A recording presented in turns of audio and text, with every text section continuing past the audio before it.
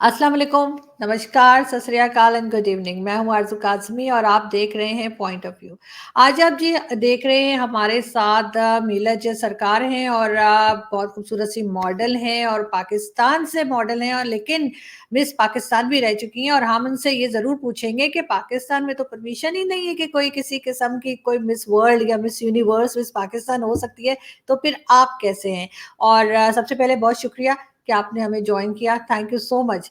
तो आप थोड़ा-सा बताइए कि कैसे आपने स्टार्ट लिया और यकीनन लोग तो पीछे पड़े होंगे आपके कि ये आप क्या कर रही हैं और आप मॉडलिंग में कैसे चली गईं या मॉडलिंग के अलावा जैसे आप कह रही हैं, आपने बताया कि मिस पाकिस्तान भी रह चुकी हैं। तो फिर ये सब कैसे आपका ये सफ़र कैसे शुरू हुआ? थैंक यू आरज़ू जी। तो मैं थोड़ा-सा ज़रा नाम का वो करेक्शन कर दूँगी, माहलीज हाँ, सरकारी नाम है, सॉरी। ओके, मालिज तो सरकार, ओके। द थिंग इज़ कि मैं कनाडा में 25 साल से रह रही हूँ और मेरा हमेशा से शौक था मॉडलिंग, एक्टिंग और इन चीज़ों में। मुझे पता चला कि यहाँ पर कोई एक पेजेंट करवाता है मिस पाकिस्तान के नाम से। तो हुँ, उससे पहले मैं कैनेडियन जो यहाँ पर थी मॉडलिंग एजेंसीज़ उनके साथ काम कर रही थी, टीवी शो पे भी आती थी, मेरी तस्वीरें भी आई थी इन बिकिनी। तो मुझसे कॉन्टैक्ट किया गया और मुझसे कहा गया कि हाँ, हमारी लड़कियाँ भी बिकिनी पहनती हैं। बिकॉज़ पहली चीज़ मैंने उनसे कही थी कि भाई मैं तो बिकिनी पहनती हूँ, मेरे पीछे पड़ जाएँगे लोग। तो उन्होंने कहा नहीं, नहीं इट्स ओके।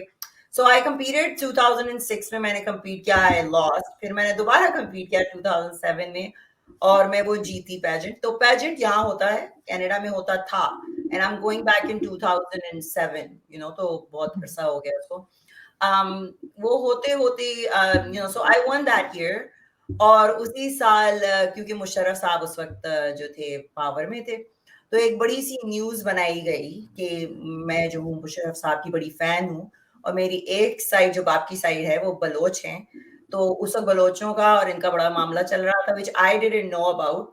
तो वो पूरी न्यूज़ क्रिएट की एंड उसको पाकिस्तान ने तो इतना नहीं पिक किया मगर इंडियन मीडिया ने बड़ा पिक किया और उसपे खूब गाने लगाए, चीनी कम है और अमिताभ और उनको कर रही है, but they made it into hmm, a really positive thing.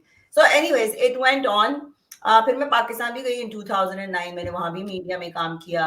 Um, almost then 2013 I had my child and stuff. So now I'm mostly in Canada में YouTube है मेरा सोशल मीडिया का नेटवर्क है तो I work through that. मगर इतने सालों में ये हुआ है कि जो वो पेजेंट बंदी करवाती थी और मेरे वहाँ जाकर बोलने पे एंड आई यूज्ड टू से कि मैंने रिप्रेजेंट किया है पाकिस्तान को।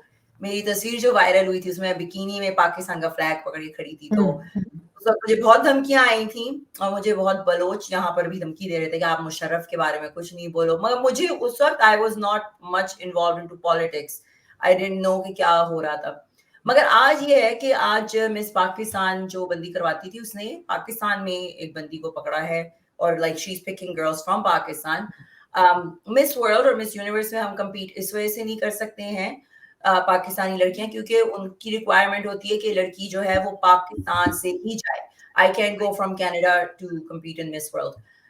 अगर आपको याद होगा तो अनीता अय्यूब थी हमारी जिन्होंने हुँ। कोशिश किया था बैक इन द डेज़ तो उनको बड़ा क्रिटिसाइज़ किया गया था and she wasn't able to go. तो अभी ये भी I I would like to see somebody एक दिन मिस वर्ल्ड में जो पाकिस्तान को रिप्रेजेंट करे। या that was a little short thing of कि क्या है मगर मुझे यस मुझे बहुत क्रिटिसाइज़ किया मगर जब मैं पाकिस्तान गई वापस तो मुझे मीडिया ने बड़े अच्छे तरीके से लिया था। बिल्कुल ठीक, लेकिन महालीज मेरे ख़्याल है अब मैं नाम ठीक ले रही हूँ ना आपका। जी, तो मुझे ये बताइए आपको लगता है कि पाकिस्तान में कुछ चेंजेज़ आने चाहिए और इस किस्म की जो एक्टिविटीज़ हैं, चाहे वो मॉडलिंग है या फीमेल्स को आगे आना चाहिए या जो एक चला था इंडिया में भी हिजाब को लेकर इतना हंगामा हुआ था और यहाँ पर भी कहा जाता है कि नहीं जी, हर फील्ड में जो है वो लड़कियाँ नहीं जानी चाहिए। आपको लगता है कि ऐसा होना चाहिए कि थोड़े और मुस्लिम कंट्रीज़ की जो लड़कियाँ हैं, वो भी आगे बढ़ें और वो भी उसी तरह काम करें?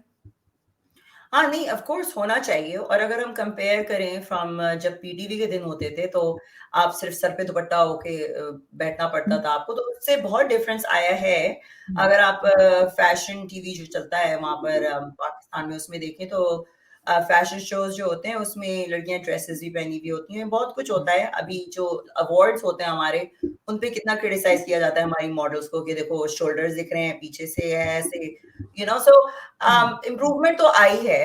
अब हमारे बेचारे जो मीडिया वाले लोग हैं, चंद बड़े हिपोक्रेट हैं, मगर जो चंद लोग हैं, they don't have the opportunity to explore, क्योंकि पाकिस्तान में एक सीलिंग बन गई है आपकी, वो है रिलीजन की, इसके ऊपर आप जा नहीं सकते हो। तो उसके अंडर रहकर भी वो अपनी क्रिएटिविटी को कैसे शो करते हैं, I am very surprise to see that, क्योंकि एक क्रिएटिव बंदा होने के लिए आपको खुली आजादी चाहिए, you need an open mind. और यानी हम लोगों ने एक वो सीरियल जो आया था चुड़ैल, अगर आपने देखा हो Z5 पे, तो दैट इज अ वेरी आजकल के जमाने का है। उसमें ट्रांसजेंडर्स को भी दिखाया है, उसमें गे लेस्बियंस को भी दिखाया है, तो वो सारी चीजें उन्होंने टच की हैं 5 औरतों के उस पे।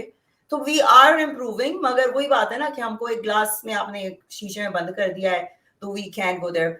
तो इन मीडिया अगर आप देखें, जो हमारा मीडिया है उसमें बहुत सारे जो एलीट क्लास है, दे डू एवरीथिंग, वो पहनते भी हैं, वो पार्टीज भी करते हैं, some of them might not even follow the religion.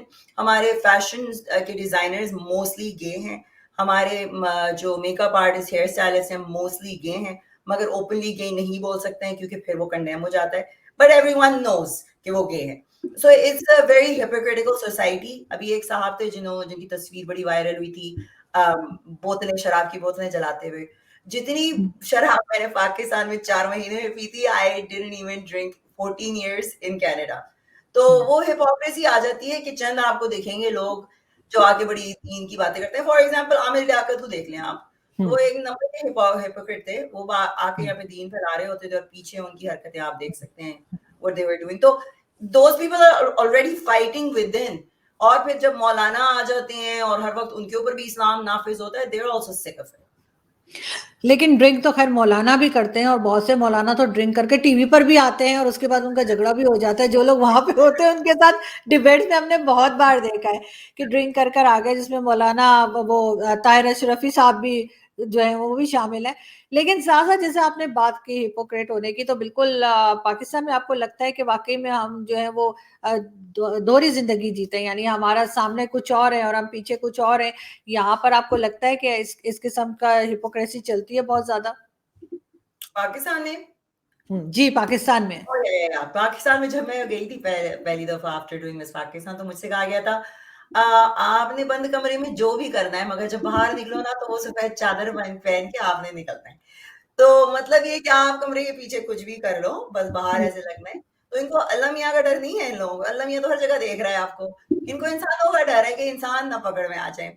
मैं जब पाकिस्तान गई थी, तो depending on which time I went और किस लोगों के साथ मैं रही हूँ, तो जब मैं एलीट क्राउड, अमीर लोगों जिनके पास कॉन्टेक्ट थे और इन द मीडिया रही, तो my life was very much like Canada. हाँ, थोड़ी रिस्ट्रिक्शंस थी उसमें। मैं ड्रेस पहन के अपनी गाड़ी में बैठती थी और जहाँ पार्टी में जा रहे होते थे वहां उतरते थे। पार्टी में आप अपना ड्रेस पहने हुए हो, वहां पे बूज भी चल रही है। There is like even Karachi में अगर आप चले जाएं क्लिफ्टन की तरफ, तो वहाँ रेस्टोरेंट्स हैं जहाँ आप अपनी बोतलें लेकर आ सकते हैं, लड़कियां वहां ड्रेसेस में जाती हैं। So but that is a certain small percentage of the society, जो बिल्कुल ही लगता है कि पाकिस्तान से एलियनेटेड है। मगर जो मेजोरिटी आप देखेंगे, जो आप मिडिल क्लास में जाते हैं और पुअर क्लास में जाते हैं, that's where you see a little bit more of an extremism. But at the same time, अब मैंने देसी कुड़ियां किया था, उसके लिए हम एक गांव में गए थे और उसका नाम था गोट राधा किशन, वहां पे लाहौर से 1 घंटे की ड्राइव पे। तो जब मैं वहां गई, तो वहां की जो बूढ़ी औरतें थी, बिकॉज आई स्मोक, तो उन्होंने, जब मैं वही हो रही थी कि यार हाउ डू आई स्मोक, तो I used to always hide. मगर वो फिर आंटी मुझसे आती कहती है कि कहाँ की सिगरेट है, मैं कहने लगी थी एक मुझको भी दो, तो वो भी बीड़िया पीती है, आई टुक अ पिक्चर बोथ स्मोकिंग, तो यानी माइया भी है वहां पर, होता भी है गांव में जो चीजें होती हैं। I also, my father's family was from गांव। तो जब देखिए, जहां इनको अपने मतलब के लिए यूज करना होता है इस्लाम को, ले आते हैं, और जहां इनका मकसद नहीं होता है वहां ये उसको कचरे में डाल देते हैं। तो इट्स वेरी हिपोक्रिटिकल सोसाइटी। मैं कहती हूँ कि देखिए, लोगों को करना है, आपने लोगों को बहुत बुरे तरीके से रोका हुआ है, चाहे वो अमीर शराब पी रहा हो या चाहे वो गरीब ठर्रा पी रहा हो। आपने उनको रेगुलेट अगर कर दो, उनको इजाजत दे दो, तो एक प्रॉपर तरीके से चीजें हो सकती हैं। अभी ड्रग्स भी वहां बिक रही हैं, अभी अल्कोहल भी वहां बिक रही है, प्रोस्टिट्यूशन भी वहां हो रही है, मगर उस पर कोई कंट्रोल नहीं है। उसमें ये होता है कि अंडर एज बच्चियां आपकी हैं जो प्रोस्टिट्यूशन में डाली जा रही हैं, उसमें अंडर एज बच्चे हैं जो आपके ड्रग्स ले रहे हैं, पार्टीज पे कोई कंट्रोल नहीं है। सो आई थिंक कि अगर इसको रेगुलेट कर लें और प्रॉपरली इसको मैनेज किया जाए, तो can actually improve the society, because everybody wants to do it, to be honest. नहीं बिल्कुल, लेकिन खैर ड्रग्स का तो मैं नहीं कहूंगी, लेकिन ये कि ड्रिंक्स का जरूर है कि उससे इनको बहुत टैक्स भी मिल सकता है, क्योंकि हर कोई ऑलमोस्ट अगर 10 लोग हैं तो 10 में से 6 या 7 लोग तो ऐसे हैं जो ड्रिंक कर रहे हैं, और क्योंकि कोई टैक्स नहीं है, पाबंदी है, इस वजह से जो है वो इनका नुकसान ही हो रहा है, गवर्नमेंट का फायदा कोई नहीं हो रहा। मगर साथ साथ अगर हम फीमेल्स की बात करें तो यहाँ पे ये भी देखने में आया, ये ना करो, वो ना करो, ये ना पहनो, वो ना पहनो, और इसी किस्म की चीज हमने जो है बाहर यूरोप में और कई जगह पे देखा, इस्लामोफोबिया की बहुत बात की जाती है। तो आप भी कनाडा में रहती हैं, आपको लगता है मुस्लिम्स के साथ कुछ गलत हो रहा है, किसी किस्म का कोई जुल्म हो रहा है, कोई मार पीट रहा है, क्या रहा है ये, व्हाट इज इस्लामोफोबिया बेसिकली? मुझे आप ही बताइए, मुसलमानों के साथ जुल्म कहाँ नहीं हो रहा है? कौन सी एक कंट्री है जहाँ पे ये कहते हैं हमारे पे जुल्म नहीं हो रहा है? मुझे कोई बता दे कौन सी कंट्री में ये बैठे हैं जहाँ पर माइनॉरिटी में कि हमारे पे जुल्म नहीं हो रहा है। देखिए, मैं 25 साल से यहाँ रह रही हूँ और मैं ज्यादातर गोरों के बीच में ही रही हूँ। हम लोग यहाँ आए और हमने इंटीग्रेट किया और हम कनेडियन वैल्यूज को ऊपर रखा हमने, क्योंकि हम आए यहाँ पर कनेडियन वैल्यूज के लिए थे। अगर मुझे वही लाइफ रहनी होती, वैसे ही रहना होता जैसे पाकिस्तान में थी, तो वही रहते, राइट। तो होता ये है कि अब आपको मैं एग्जांपल देती हूँ कि एक फैमिली है, वो मूव हो जाती है किसी नेबरहुड में, ठीक है। अब आंटी उनकी जो है लड़कियों को देख रही हैं, हाय देखो क्या कर रही लड़के आ रहे हैं, ऐसे कपड़े पहने, हाय हाय हाय। तो बंदा अनकंफर्टेबल होता है और फिर वो निकलती है बाहर बुरके में। अब गोरे ने कभी बुरका देखा नहीं, ये तो वही बात होगी, पठान ने कभी लड़की को बिकिनी में नहीं देखा तो वो घूरेगा, तो वो घूर लेता है, तो ये फौरन हो जाएगी रेसिस्ट हो गया, ये इस्लामोफोबिक हो रहा है, राइट। तो अब वो अनकंफर्टेबल हो रहे हैं गोरे के, भाई अब हम इनको कुछ देख भी नहीं सकते, कुछ कर दिया तो रेसिज्म हो जाएगा, इस्लामोफोबिया हो जाता है। तो क्या होता है, वो अपना बिस्तर बांधते हैं और वो मूव हो जाते हैं। फिर वो जगह हेविली पॉपुलेटेड हो जाती है सारे पाकिस्तानियों से। तो अब क्या हुआ, आपने गोरों के साथ इंटीग्रेट किया ही नहीं, अब आपने छोटा यहाँ मिनी पाकिस्तान बना लिया है और वही आपकी जहनियत हो गई है। और हमारे जो यहाँ पॉलिटिशियन है, स्पेशली ट्रूडो, उसको भी ये पता चल गया कि इस्लामोफोबिया एक ऐसी टर्म है जिसके ऊपर आप बहुत सारे वोट्स गेन करते हैं।